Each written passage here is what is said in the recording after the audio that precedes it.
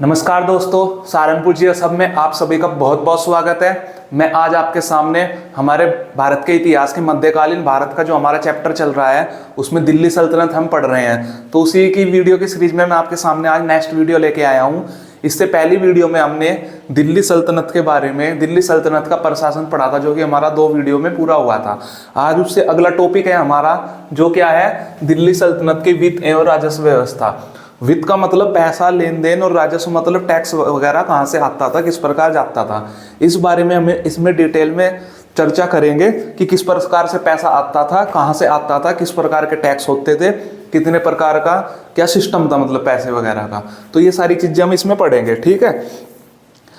इसको शुरू करने से पहले मैं आपको एक चीज बता देता हूँ कि किसी भी मतलब सरकार है या कोई भी राज्य है, उस पर पैसे आने का स्रोत होता है टैक्स, ठीक है, मतलब कि कर।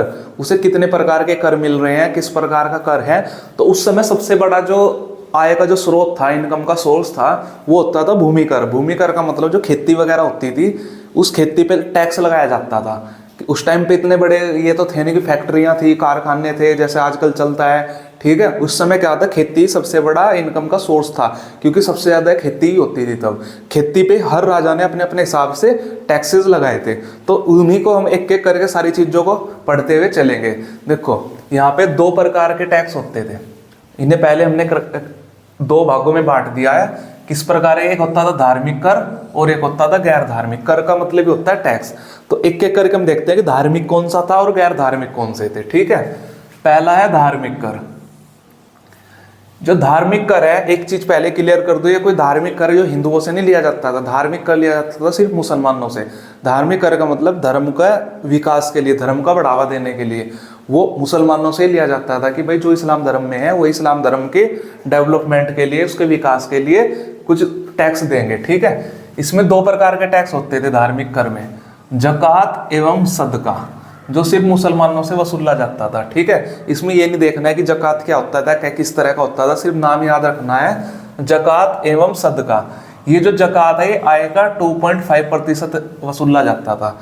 आय का 2.5% का मतलब अगर कोई व्यक्ति एक महीने में 100 रुपये कमाता है तो उसे 2.5 रुपये, मात्र 2.5 रुपये जकात के नाम पे देने पड़ेंगे, इस्लाम धर्म के डेवलपमेंट के लिए देने पड़ेंगे। ये क्या था, ये धार्मिक कर था जो सिर्फ और सिर्फ मुसलमानों से ही वसूला जाता था। क्लियर। अब आते हैं, ये तो सिर्फ 2 ही थे कि जकात और सदका। अब आते हैं गैर धार्मिक कर। ये हमारे ज्यादा होने ही है। अब धर्म के नाम पे टैक्स लेने के अलावा जितने भी टैक्स बचे वो सारे क्या आते हैं, गैर धार्मिक कर, ठीक है। इसमें है खराज, खुम्मस, जजिया और उस्र। 1 2 3 4 ये चारों टैक्स हैं, अलग अलग तरह के। हिंदुओं से वसूले जाते थे, मुसलमानों से भी, क्योंकि कुछ हिंदुओं से कुछ मुसलमानों से। उन्हें हम एक एक करके देखेंगे कि कैसे कैसे है, ठीक है। देखो यहाँ पे लिखा है, हिंदुओं द्वारा जोती गई भूमि खराजी भूमि कहलाती थी और इससे वसूली जाने वाला कर खराज। यानी कि ये जो खराज है ना, देखो इसका मतलब क्या है, भाई खेती हो रही है। खेती 2 तरह के लोग करते हैं, एक तो मुसलमान हो गया जो, एक होता था हिंदू। इन दोनों को इन्होंने अलग अलग उसमें कैटेगराइज कर रखा था, मतलब अलग अलग भागों में, ग्रुप में बांट रखा था। जो हिंदू था, जो हिंदू खेती करता था और वो जोतता था अपनी भूमि को, मतलब जुताई करता था जिस खेती में, मतलब उसका खेत है जिसमें वो खेती कर रहा है, वो उस खेती को, मतलब उस जमीन को जिसे हिंदू जोतता था उसे बोलते थे खराजी भूमि, ठीक है। खराजी भूमि अपनी भाषा में बना रखा था। और इससे वसूला जाने वाला कर था खराज, यानी कि हिंदू किसानों से वसूले जाने वाले कर का क्या नाम था, खराज। और उनके द्वारा जो मतलब खेती करने वाली भूमि को क्या कहा जाता था, खराजी भूमि, ठीक है। सेम ये है, मुसलमानों द्वारा जोती गई भूमि कहलाती थी उसरी, और उससे वसूला जाने वाला कर क्या था, उसर। मतलब जो मुसलमानों पे जो जमीन होगी उसे बोल देंगे उसरी, और मुसलमान जो किसान खेती कर रहा है उस पे लगने वाले टैक्स को कहते थे उसर। हिंदू किसान पे लगने वाले टैक्स को क्या कहते थे, खराज, ठीक है। और मुसलमान किसान पे लगने वाले टैक्स को क्या कहते थे, उसर। सेम, बिल्कुल सिंपल सी बात है, कुछ ज्यादा मतलब कंफ्यूजन वाली बात ही नहीं है इसमें। इसके अलावा आता है खुम्मस। देखो खराज हो गया हमारा, उसर हो गया हमारा। अब आता है नंबर खुम्मस का। खुम्मस का मैंने आपको पहले बताया था, जब ये सुल्तान किसी राज्य को जीत लेते थे आक्रमण करके, जीतने के बाद वहां पे खूब लूटपाट करते थे। शुरू से आप सुनते आ ही रहे हो, पढ़ते आ ही रहे हो, लूटपाट करते थे। जो लूटपाट में जो पैसा, सोना चांदी जो मिलता था उसको बांटा जाता था। उसमें क्या होता था, नॉर्मली कुरान के हिसाब से, शरीयत के हिसाब से उसका 4/5 भाग तो मिलता था सैनिकों को और 1/5 भाग रखता था सुल्तान को। मान लो अगर कितना भी सोना आया उसके 5 भाग करे गए, तो 5 भाग में से चार एक तरफ करा जाएगा, एक ये जो 4वां हिस्सा है तो होता था सैनिकों का, और जो 1वां हिस्सा है होता था सुल्तान का। सुल्तान तो सिर्फ थोड़ा सा खुद इसलिए लेता था कि भाई मैं सुल्तान हूँ, मुझे भी कुछ मिलना चाहिए, और 4 भाग इसे इसलिए क्योंकि भाई मेन काम लड़ाई जीतने में किनका है, सैनिकों का है, तो उन्हें मिलना चाहिए। तो ठीक है, यही यहाँ पे लिखी है कि युद्ध विजय के बाद लूट का माल जो होता था उसे खुम्मस कहा जाता था। ठीक है, ये तो उससे लूटते थे, खुम्मस हो गया, अब इसे टैक्स का नाम दे दिया कि भाई ये हम लूट नहीं रहे, ये तो हमारा टैक्स है, और लूटते थे, वो जबरदस्ती लेते थे। ठीक है, 4/5 भाग सैनिकों को और 1/5 भाग सुल्तान के पास रहता था। और इसी में मैंने आपको एक चीज बताई थी कि 4/5 भाग ये सारा सिस्टम बना हुआ था, लेकिन अलाउद्दीन खिलजी नाम का एक सुल्तान ऐसा था जिसने 4/5 भाग तो रखा अपने पास, सैनिकों की जगह अपने पास, सिर्फ 1/5 भाग कैसे दिया सैनिकों को, मतलब सारा अपने पास ही रख लेता था, वो इससे उल्टा चला था। ठीक है, अब आता है जजिया कर। जजिया कर में क्या है, हिंदुओं से लिया जाता था, कर देने वाले को जिम्मी कहा जाता था, इंपोर्टेंट याद रखना। एक तो वैसे तो मैं जजिया कर के बारे में बस इसकी एक वीडियो और रह रही है सैनिकों का वाला, उसके बाद मतलब सैन्य व्यवस्था क्या थी उसके बाद मैं जजिया कर की एक छोटी सी वीडियो बनाऊंगा, टेंशन मत लो। जो जजिया कर है उसे जो देखते थे हिंदू ही, पर हिंदू भी सब नहीं देखते थे, जो देखते थे उन्हें जिम्मी कहा जाता था। ठीक है, और इसका जजिया कर का अन्य नाम क्या है, मुंडकर। तो मुंडकर हो या जजिया कर हो एक ही बात है, और जो इसे देखते थे उसे कहा जाता था जिम्मी। ये आय के हिसाब से अलग अलग वर्गों से अलग अलग वसूला जाता था, मतलब आय के हिसाब से जिसकी जैसी आय है उस हिसाब से वसूला जाता था, एक सिस्टम बना रखा था। अलग अलग वर्ग का मतलब है जैसे ब्राह्मण क्षत्रिय इन सबसे जिसके जो कैटेगरी है उससे उसके हिसाब से लिया जाता था, बच्चे बूढ़े जो भी है वो मैं डिटेल में आपको बताऊंगा जजिया कर के बारे में जब हम पढ़ेंगे। ठीक है, यहाँ पे हो जाता है कि कर कितने प्रकार के थे। आई होप यहाँ तक आपको बिल्कुल समझ में आई होगी एक एक चीजें।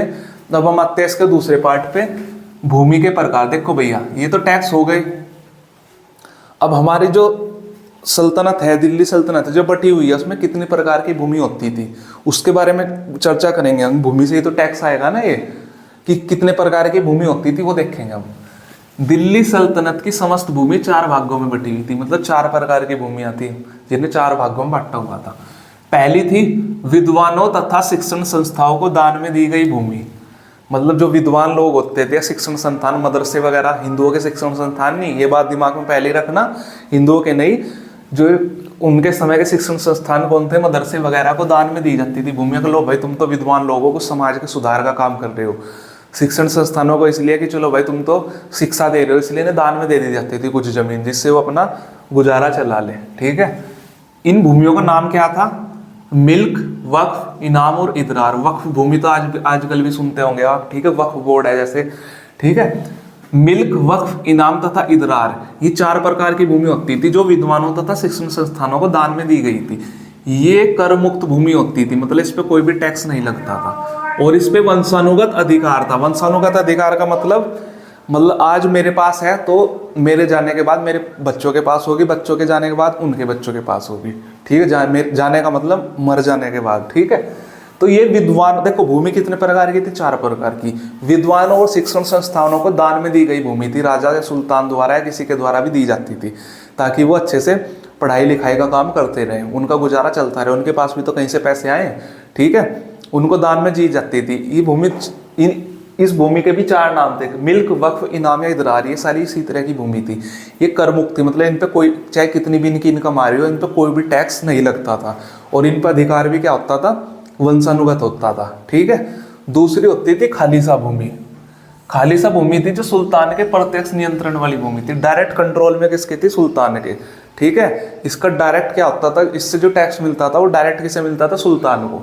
ठीक है, हमने पढ़ाई है इसके बारे में कि खालिसा भूमि जब सुल्तान और विद्वानों को देने के बाद बचती थी इक्ता भूमि। इक्ता आपको आपने पढ़ाई है, इक्तेदार वगैरह होते थे। ठीक है, जिसे इक्तेदार सारी चीज मैं करा रखा हूँ, किसी राज्य की भूमि इक्तेदार वगैरह होते थे, तो उस भूमि को क्या कहते थे, इक्तेदार। देखो कुछ भूमि का हिस्सा है, मान लो ये इतनी भूमि है, इसके मैं 4 हिस्से कर रहा हूँ। हमारी दिल्ली सल्तनत है 4 हिस्सा, एक हिस्सा तो चला गया सपोज कर लो विद्वानों के पास, एक हिस्से पे डायरेक्ट कंट्रोल होता था सुल्तान का, तीसरे पे होता था इक्तेदारों का, और चौथी है अधीनस्थ सामंतों के अधीन भूमि। ये अधीनस्थ सामंतों के अधीन भूमि चौथी हो जाएगी, अधीनस्थ सामंतों के अधीन भूमि। ये वो भूमि होती थी जैसे ये दूसरे राजा के साथ युद्ध करते थे और उसे जीत लेते थे, फिर वो इनकी अधीनता स्वीकार कर लेता था और टाइम टाइम पे टैक्स भरता था।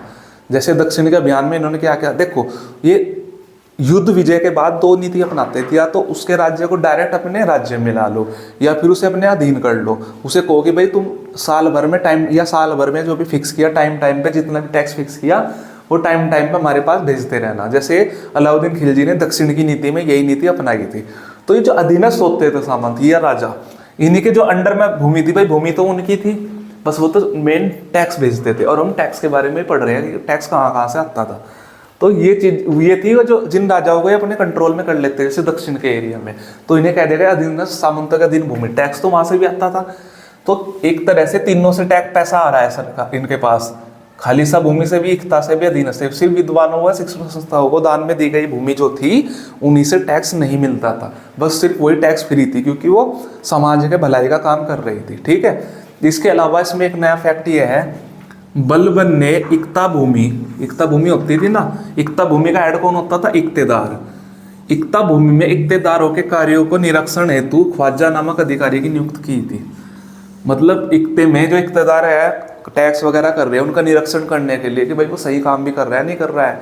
पता लगा टैक्स आ रहा है 1000 का और दिखा रहा हो 500 रुपये, तो वो सारी चीजों के लिए ख्वाजा नामक अधिकारी की नियुक्ति की थी। आपके लिए क्वेश्चन ये है कि ये जो बलबन है, मैंने पढ़ाया है, बलबन दिल्ली सल्तनत के 5 प्रमुख राजवंशों में से किस राजवंश का है, मतलब वंश चले हुए थे ना, कौन सा राजवंश का है बलबन, वो आपको कमेंट करना है। ठीक है। आई होप आपको यहाँ तक समझ में आया होगा। अब चलते हैं हम इसके नेक्स्ट टॉपिक पर, तब तक आप इसका एक स्क्रीनशॉट ले लीजिए।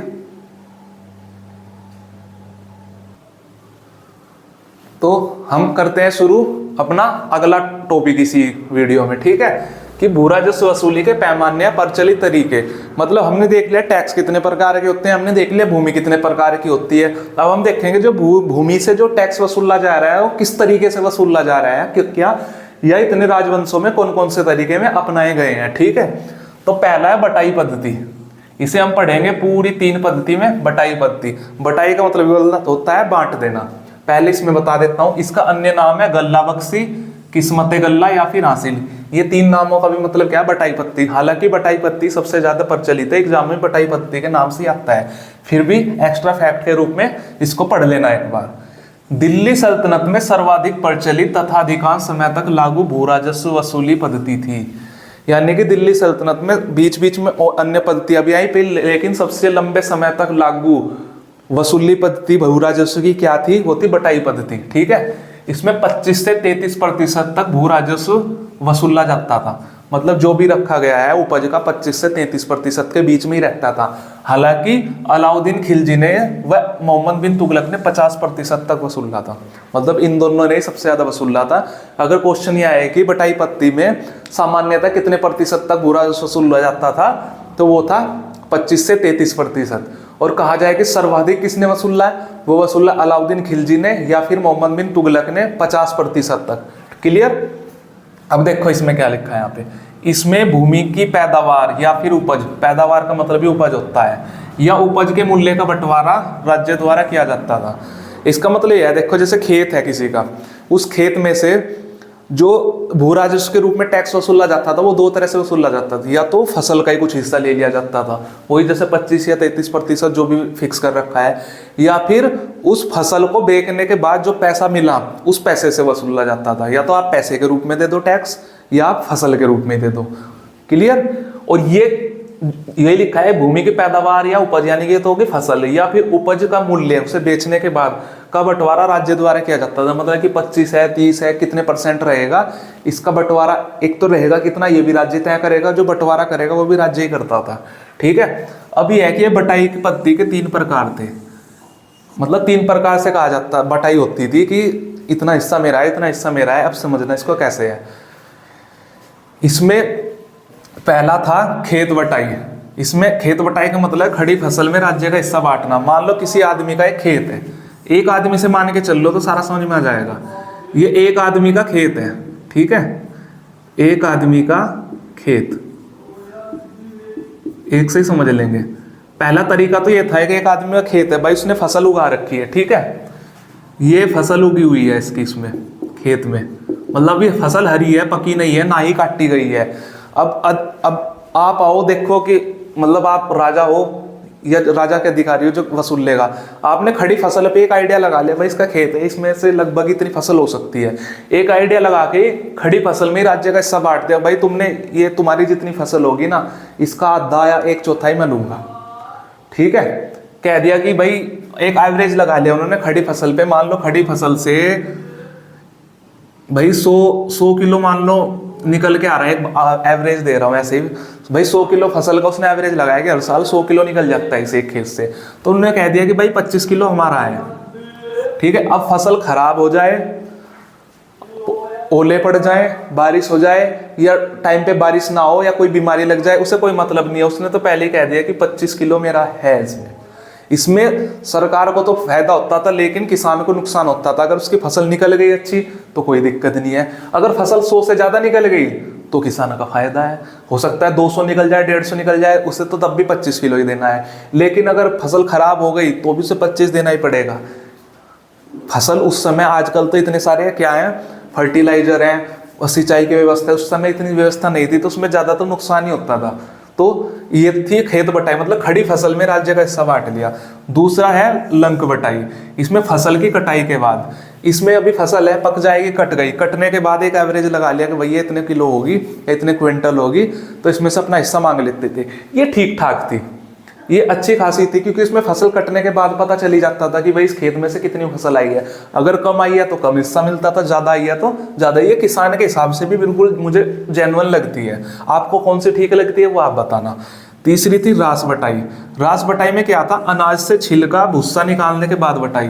देखो आपने अनाज देखा होगा, ठीक है, गेहूं का देखा होगा या फिर चावल की देखी होगी, गेहूं पे लेके चल लो कि जब गेहूं कट जाता है वो पूरा फसल काट दी, उसको पूरा मशीन में से निकाल के उसका छिलका अलग हो गया, भूसा अलग निकल गया, उसके बाद जो दाना बचता है वो होता है प्योर, तो ठीक है, तो उस प्योर छिलका मतलब जो दाना बचा ना प्योर, वो कितना निकला है उस खेत में से, उसके आधार पर लिया जाता है, ये सबसे बेस्ट है। तो ये 3 आधार थे, एक तो खड़ी फसल पे, खड़ी फसल खड़ी भाई एवरेज लगा लिया, अब वो फसल हरी है, अब खराब हुए या ठीक निकले, कम निकले, ज्यादा निकले, उसी पे फिक्स कर लिया। खेत बटाई, लंक बटाई है फसल कटने के बाद एवरेज ले लिया कि भाई इतनी फसल हो गई है। रास बटाई उससे भुस्सा या छिलका निकालने के बाद, तो ये बटाई पत्ती की बांट देते थे, इसमें सबसे ज्यादा प्रचलित थी, ठीक है। यहाँ तक आई होप आपको क्लियर होगा। दूसरी थी मसाहत पद्धति, ये भूमि की माप जो के बाद भूमि के क्षेत्रफल के आधार पर उपज या उत्पादन का लगान निश्चित करना था। इसमें क्या था, एक जैसे एक खेत है, अभी तो हमने एक ऐसी एवरेज ले रहा था, इन्होंने क्या किया कि खेत का एक पैमाना लिया कि भाई इतना इसका क्षेत्रफल है, कि इस क्षेत्रफल का फिर एक आइडिया निकाला कि पिछले 4-5 सालों से एक, अच्छा भाई ठीक है मोटा मोटा कि एक फसल, एक मतलब खेत में से इतनी निकल जाती है फसल, तो उसके हिसाब से इन्होंने फिक्स कर दिया था कि भाई आप इतना दोगे, फसल खराब हो रही है नहीं हमें नहीं पता, आपके खेत के हिसाब से हमने बना लिया कि भाई 1 बीघा खेत है तो उससे इतना निकलता है, किसी पास 10 बीघा खेत है तो इतना निकलेगा। क्लियर। इसे सबसे पहले अलाउद्दीन खिलजी ने लागू किया था। इसमें मतलब फसल का मतलब नहीं था कुछ भी, खड़ी फसल है बट ये बस खेत है, इतना खेत है, तुम्हारे पास भाई इतनी जमीन है, 10 बीघे जमीन है, आपको 10 बीघे जमीन का साल भर में इतना टैक्स देना। अब तुम उस पर खेती कर रहे हैं नहीं कर रहे, 1 कुंटल निकाल रहे, 1000 कुंटल निकाल रहे, उससे कोई मतलब नहीं है, बस हमने तो फिक्स कर दिया कि आपके पास इतनी जमीन है, आपको इतना देना है टैक्स। ये सबसे पहले किसने लागू किया था, अलाउद्दीन खिलजी ने। उसके बाद एमबीटी और एफएसटी ने भी इसे लागू किया। इसमें से आपसे ये पूछा जाएगा कि मसाद पत्ती सबसे पहले किसने लागू करी, तो मसाद पत्ती सबसे पहले अलाउद्दीन खिलजी ने लागू करी थी, उसके बाद मोहम्मद बिन तुगलक और फिरोज शाह तुगलक ने इसे जारी रखा था। तो सबसे ज्यादा क्वेश्चन ये आता है कि मसाद पत्ती लागू किसने करी थी, और अगर हार्ड क्वेश्चन आएगा तो ये पूछ लेगा मसाद पत्ती किस पर आधारित है, वो खेत की माप तोल करने के बाद उसके क्षेत्रफल के आधार पर निर्धारित थी। सबसे ज्यादा क्वेश्चन ये आएगा कि मसाद पत्ती लागू किसने करी थी, फिर भी मैंने आपको दोनों चीजें इसमें बता दी हैं। इसके बाद आता है हमारा नंबर 3 पे मुक्तई पत्ती। जो हमारी मुक्तई पत्ती है, लास्ट पत्ती थी, ये मिश्रित थी। इसमें मतलब कहीं कहीं पे बटाई पत्ती का प्रयोग करते थे, कहीं कहीं मसाद पत्ती का, जैसा माहौल देखा वैसा करते थे इसमें साहब। तो इसे ज्यादा याद करने की जरूरत नहीं, बस याद रख लेना कि मुक्तई पत्ती भी दिल्ली सल्तनत का भी एक हिस्सा था। अब देखो हमारे पास सबसे पहले तो देखो हमने क्या पढ़ा, टैक्स किस प्रकार के हैं, कितने किस किस लोगों से लिए जा रहे हैं, कितने हैं। उसके बाद देखा हमने टैक्स आ रहा है सबसे कहाँ से, भू राजस्व से। तो हमने भूमि के प्रकार देखे कि कितने प्रकार की भूमि दिल्ली सल्तनत में थी, भूमि देख ली। फिर हमने तरीके देखे कि कैसे हो रहे हैं, टैक्स लेने के तरीके क्या हैं। अब टैक्स लेने के बाद टैक्स हमारे पास आ चुका है, यानी कि पैसा हमारे पास आ चुका है। अब हम देखेंगे कि मुद्रा की व्यवस्था क्या थी, किस तरह के सिक्के चलाए गए थे। बस मैं एक चीज़ बता रहा हूँ, इसमें मैंने सारे सिक्के नहीं लिखे हैं, क्योंकि मैंने हर एक चैप्टर में आपको सिक्के बताता चला हूँ। जो बहुत ज़्यादा इंपॉर्टेंट है वो मैंने बस एक बार इसमें लिख दिए, जिनकी एग्जाम में आने के चांसेस ज़्यादा रहते हैं। ये मत सोचने कि बस इनको ही कर लोगे काम हो जाएगा, जो उसमें लिखे हुए हैं वो भी पढ़ने हैं, पर ये तो बिल्कुल पढ़ने ही पढ़ने हैं, इनको तो किसी भी हाल में स्किप नहीं करना है। अब देखो पहला सिक्का है मोहम्मद गोरी।